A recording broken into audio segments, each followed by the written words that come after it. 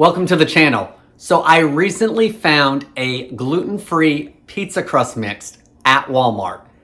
Here it is. It's by Just About Foods and it figures out to $2.50 per gluten-free crust. But is it any good?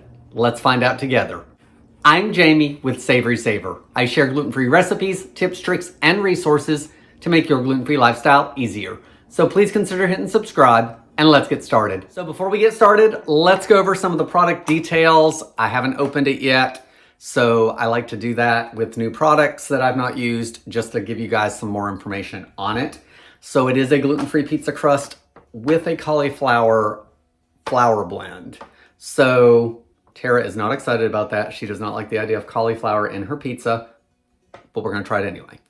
So the ingredients are rice flour, tapioca starch, tapioca flour. I don't know what the difference is. I've never seen that listed together like that, so not sure about that. Cauliflower flour, gum arabic. It also does say that it may contain egg, milk, almond, peanut, soy, and coconut. So if you have any reactions to any of those type of things, then this may not be a good one for you to try. This bag is a 16-ounce bag and it makes 2 crusts.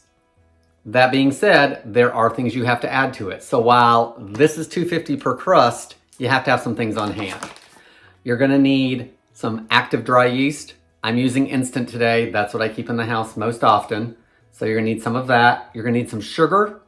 You're gonna need some salt, warm water, of course, and olive oil, plus all your toppings. It does say that the product is vegan, gluten-free, free of fat, no added sugars, low in sodium, and free of saturated fat. Of course, sugar you're gonna be adding to the mix, salt you're gonna be adding to the mix, and fat you're gonna be adding to the mix. So that's not super important to me, some of those things. I'll go over some of the things in the directions as we go through it. There's a couple things I am tweaking just for my sake and time-wise. There's a QR code on the front that says it'll send you to more recipes. And it does say it is ideal for pizza crust, grissini, which are breadsticks, and focaccia. I have also seen this on Amazon, so I will link down below to that, as well as to Walmart's link, if I can find that one. It is a little more expensive on Amazon. I think it was showing about $10, which is still $5 a crust and not horrible if you want to make your own pizza crust. So let's get started. I'm going to give the bag a really good shake to mix everything around, and then I'm going to take out 8 ounces of it for a pizza crust. The first thing we need to do is proof our yeast. Now, the ingredients call for active dry yeast. I only have instant yeast, so I'm going to use that. I don't think we're going to have any issues with it. I am still going to proof my yeast to make sure my yeast is still good. And it's 150 milliliters, which is about 2/3 of a cup. I did do it by milliliters. It's on the back of my glass one, so if you have a measuring cup like this, go ahead and do it by the milliliters just to be a little more accurate. So I've got my tablespoon of yeast. The water is 110 degrees or so. The instructions call for it to be 95 degrees for the active dry, but I want it a little warmer than that. I'm also gonna add a tablespoon of granulated sugar. Let's give it a good mix. So the directions say to proof it for 20 minutes, which is a long time. I've never seen a recipe that you proofed the yeast for 20 minutes. I'm gonna go 5 to 10 minutes like I do on any other bread recipe. So I'm gonna put this off to the side. Let's get our flour ready. That won't take long. And then after 5 or 10 minutes, we'll get everything mixed together. So here is 8 ounces of our gluten-free flour blend, and it looks pretty much like flour, guys. It doesn't have a much of a smell. I can smell a little bit of something like that might be the cauliflower flower. But I just gave the bag a great big shake before I weighed it out and put it in here. I am using the stand mixer. It does say to use your dough hook for this, so I'm gonna do that. To that, I'm gonna add half a teaspoon of salt, and let's give it a good mix just to get the salt mixed in, so when we add everything else, it's already been mixed some. Okay, now I'm gonna let my yeast finish proofing and then we'll mix it together.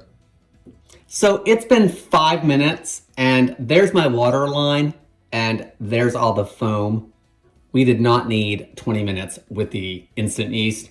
You probably don't need it with dry active as well. So, of course, we added our salt and our flour blend. Now we're gonna add our yeast mixture. We're gonna use the dough hook attachment, so that'll get your dough hook attachment some use if you're like me and don't use it all that often. It says to beat it until everything is incorporated. It does not give us a time, so I'm just gonna start it slow for a minute. I have got the spatula, should I need it, and let's just turn it on to, we'll start low and then we'll bump it up to about medium and see how long it takes. Okay, so I've got it on speed 4 on my mixer, and it's just slowly bringing in that flour blend, which I'm okay with. So I'm gonna let it go, and if I need to, I'll get my spatula in there and knock some of that flour in there just a little bit at a time if it doesn't look like it's pulling it in. So guys, I've moved you a little bit closer to try to get you guys to be able to see inside the bowl. A lot of it's come together, but there's still some dry spots. So fold that all in, get all that flour up from the bottom, because we really want to get it incorporated, of course, so everything can hydrate. It is a pretty firm dough by the looks of it. All right, let's keep mixing. So everything's now incorporated together, and it actually is not a very sticky dough. There is one more ingredient. It calls for a tablespoon of olive oil, and the instructions kind of make me laugh because it says that you should add the olive oil and mix carefully until it is integrated perfectly to the rest of the dough. So I think what I'll do is I'm gonna try to get it to land on most of the dough and not the bottom. All right, let's lower the dough hook again, get everything well mixed.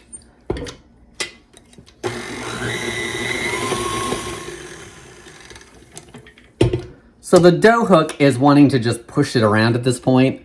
So I don't know if I need to adjust my stand mixer or not, but I think what we will do is we're gonna take this off. I'm gonna move you guys up a little bit so you can see. I'm just gonna take my spatula, we'll see where we're at.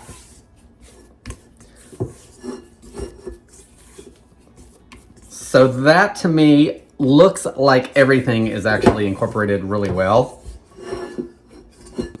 All right, there's our dough. It's not super sticky. It's very, very smooth. So now we need to let it rise. The instructions say to put it in a warm, humid place for 25 minutes without drafts to rise. I'm gonna proof it in my oven like I do any other bread. I set my oven to the lowest temperature. Mine was 170 degrees. I let the oven preheat for 1 to 1.5 minutes, and then I turned it off. So I'm gonna cover this with a towel, pop it in that oven that's warm and off, and we will look at this in 25 minutes to get it rolled out into a crust. So it's been 25 minutes. Let's look and see what our dough looks like. It has risen some. I can tell that it has. It's got some stretch marks on it, which means that yeast is working. It's not doubled in size, so if you're looking for that, I wouldn't expect it. When I took this out of the oven, I have a pizza stone, so I did put that in the oven, and my oven is now preheating to 480 degrees Fahrenheit. That's an odd temperature. I don't know why you couldn't do 475. So, do what your oven is able to handle. If you only have, an analog like, 25, 50, 75, do the 475 or do just a little bit beyond that line. If not, go ahead and do the 480. I'm also going to cook it on parchment paper. I've got to roll it out, so I want something easy to hopefully keep it from sticking. Did stick a little bit in the bowl, so let me get that out. All right, it says I should be able to roll it. Let's see what happens. I'm gonna pat it into a circle first, and then I'll get the rolling pin. Once I get it rolled out, I'm gonna transfer the entire thing to the pizza screen. This will help me get it into the oven. It does say to roll it out to about 1 centimeter thickness. So you guys just want it really thin, and you can go thinner than that if you want.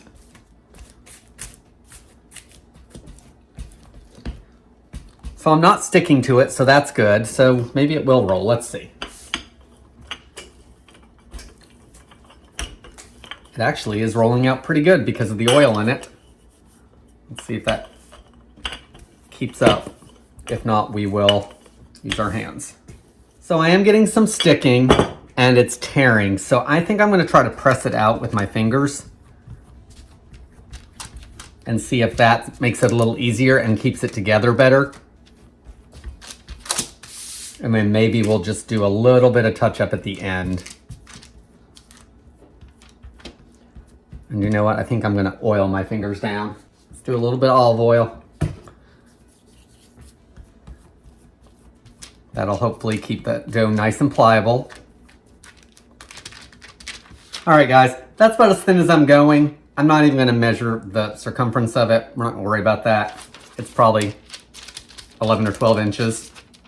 So let me just give my hands a quick rinse and then we'll get this topped. All right, so I'm gonna slide my pizza screen underneath.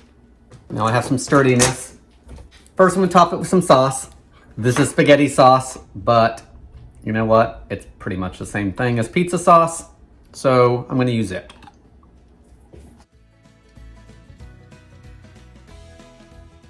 Okay, pizza sauce is down. I like using a little bit of that canister Parmesan cheese on mine. Let's do some garlic powder, some Italian seasoning, cheese. I'm gonna put some pepperoni on mine. And this is the pepperoni that cups up into little crispy like bowls. So I'm gonna put it pretty close together, I think.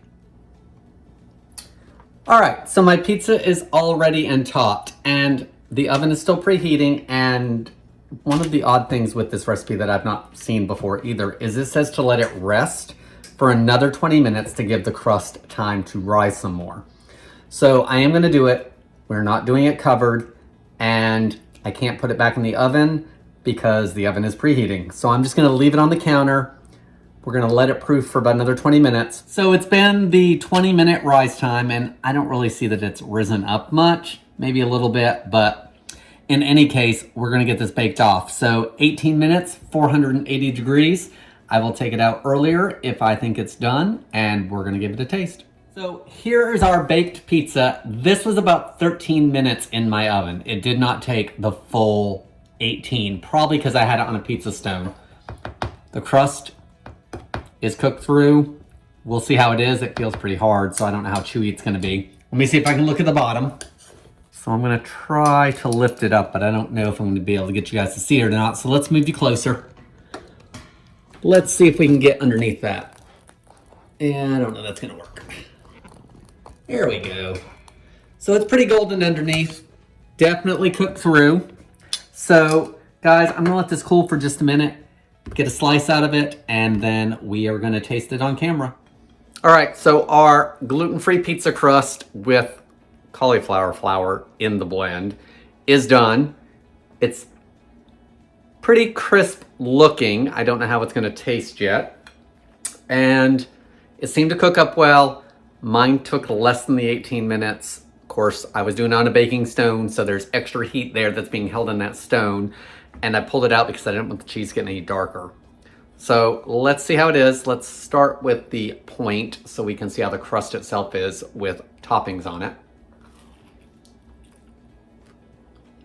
That's good. It tastes like pizza crust. It's got a little bit of crispness on the bottom because of the pizza stone, and the interior part of it has a good chew to it. I think it has a good taste, and I don't think it tastes gluten-free, which always a bonus for people that can't have gluten, in my opinion anyway. So let's try the actual edge and see how that is. That's a good pizza crust. There's nothing wrong with that crust. I would be okay with that at, $2.50 per crust. Okay, I've almost devoured that piece of pizza, so let me wipe the grease off my face and we'll go over some of the good and bad things about this crust. Okay, so the crust itself, gluten-free pizza crust with cauliflower flour blend. So I got it at Walmart, just under $5, $2.50 a crust. Really good price. per crust if you want to make your own pizza crust that's gluten-free. You do have to add some ingredients, so yeast, sugar, salt, warm water, and olive oil. So you do have to have those on hand, or you need to buy them. So that's going to put the price up just a little bit if you don't have them on hand. But overall, I mean, you're not using 50 cents in ingredients, so you're still well under $3 a crust. If you're like me and only making one at a time, I would close the bag really well. It is resealable, which is nice, and store it in the fridge. I like keeping my gluten-free flours as much as I can in the fridge, especially the blends, because I feel that it makes them last a little longer, and then I just try to bring them to room temp before I use them. So I would move this to the fridge or even the freezer, and if you're gonna make it next week, guys, you know, if you're making one week and one the next, leave it in the cabinet, it's fine. Working with the dough, it was actually really easy. I didn't feel that it was difficult. I did have to give it a little bit of help with the dough hook, so I pushed the flour back in there when I needed to, gave it a little bit of mix with my rubber spatula, but it wasn't a difficult dough to work with. I do not recommend rolling it. I recommend using some oiled fingers. I think it worked much better. So oil your fingers down, oil your whole hand down to press it flat. Don't worry about rolling it out. It pressed out fine. I did mine on the parchment paper and then transferred it to my pizza stone. I do like baking pizza on the baking stone because I think I get better results, and they're not super expensive, so I will link down below to one that is a pretty good price. Also linked below will be links to the product if you want to look at it. I will try to find the one at Walmart, which is where I got it from. And if you're looking for it at your local Walmart, I found mine in the regular flour section. So there were some other pizza crust mixes with it, and so you're just gonna have to look in the regular section for it. I did not find it in the gluten-free section, which my Walmart also has. So it was in there. I think mine was somewhere around eye level for me. So you want to look in the middle, not down at the bottom or way up high. I will also link below down to their official website if you guys want, as well as Amazon, where you can get it for a little more expensive, but $5 a crust, not horrible either in my opinion, especially for one that tastes good. So guys, that's all I have. Gluten-free pizza crust, $2.50 a serving. Got it at Walmart. Just About Foods is the brand. What do you guys think? Does this look like something you might pick up to try? Do you just like buying a frozen gluten-free pizza? Those are totally fine too. Thank you so much for watching, guys, and I hope to see you in the next video.